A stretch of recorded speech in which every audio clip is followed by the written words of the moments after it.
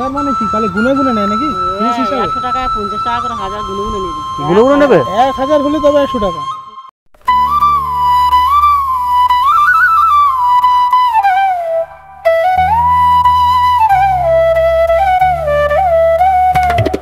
এই সুন্দরবনের দুদিকে ম্যানগ্রোভের জঙ্গল আমাদেরকে মুক্ত করে দিয়েছে। আমরা এমন একটা পরিবেশের মধ্যে ভাসমান নদী থেকে আমরা ভেসে যাচ্ছি। আমাদের মন শান্ত এবং সুন্দরবন এলাকার মানুষরা তারা অক্লান্ত পরিশ্রম করে সন্ধ্যার হয়ে গেছে, তারা বাড়ি ফিরছে। বাড়ির লোকেরা তারা চিন্তা করছে যে আমাদের ফ্যামিলির লোকেরা যারা আমাদের জন্য মাছ ধরতে গিয়েছে এবং সুন্দরবনের মধু সংগ্রহ। এই যে ট্রলার আসছে আপনারা দেখতে পাচ্ছেন, এই ট্রলারে তারা মাছ ধরে জীবন জীবিকা নির্বাহ করে। আমি চলে এসেছি কৈখালী, দক্ষিণ 24 পরগনা। আপনি কি করেন? আচ্ছা আচ্ছা, আমি এখন বুঝছি একদম পুরো নিউট্রাল কোনো কাজ নেই। আপনার ছেলে মেয়ে কে আছে? ছেলে মেয়ে কজন আছে? ছেলে বড়, আচ্ছা, আর 2 স্বামী স্ত্রী। জীবিকা নির্বাহ করে এই ট্রলারের মাছ ধরে তারা জীবিকা নির্বাহ করতে হয়। তাদের কত কষ্ট হয় আপনারা দেখতে পাচ্ছেন। ওই যে ট্রলারটা আসছে,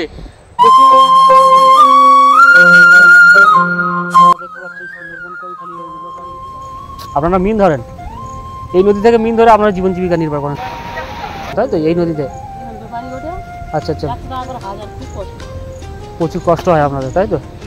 এখানে এই নদী থেকে মিন ধরে কি আপনাদের এখানে ব্যাপারী এসে নিয়ে যায় না আপনাদের দোকানে যেতে হয়? ও আচ্ছা, 100 টাকা 1000 মানে কি তাহলে গুনে গুনে নেয় নাকি? 100 টাকা 50 টাকা করে 1000 গুনে গুনে নেবে। গুনে গুনে নেবে? 1000 হলে তবে 100 টাকা।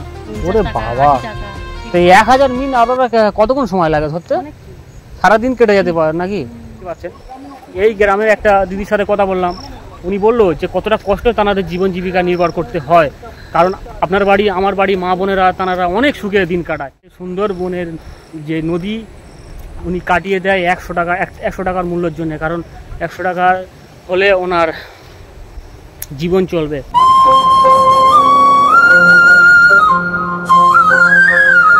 তারা সুন্দরবনের কৈখালী অঞ্চলে তারা বসবাস করে, তারা খুবই কষ্টই জীবনযাপন নির্ভর করে। আপনারা দেখতে পাচ্ছেন কতটা। আপনার বাড়িটা কোথায়? সামনে বাড়ি। তো আমরা এসেছি সুন্দরবনে, ওদিক থেকে আসছে। তো এটা তো মোটামুটি সুন্দরবনের পাশেই একেবারে, ঠিক আছে? এটা তো সুন্দরবন না, পুরোটাই সুন্দরবন, তাই তো? তো যাই হোক, মোটামুটি এখানে কি আপনাদের এই কোনো বন্য প্রাণী বা কোনো পশুর দ্বারাই কি জীবন জীবিকা নির্বাহের কোনো সমস্যার সৃষ্টি হচ্ছে বা কোনো ক্ষতিগ্রস্তের মধ্যে ক্ষতিগ্রস্তের মুখে? ক্ষতিগ্রস্ত বহু আগের দিন বাঘে করেছিল একটা। সুন্দরবন এলাকায় সন্ধ্যা নেমে গেছে।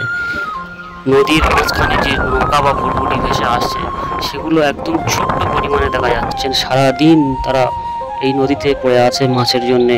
তাদের ফ্যামিলির মানুষের মুখে হাসি ফোটাতে পারবে। মাছ ধরে তারা বাজারে বিক্রয় করলে তাদের ফ্যামিলি মানুষের মুখে হাসি ফোটাতে পারবে, তাদের জীবন জীবিকা নির্ভর করতে পারবে। তারা কত কষ্ট করে এই সুন্দরবন এলাকার মানুষেরা জীবন জীবিকা নির্ভর করে।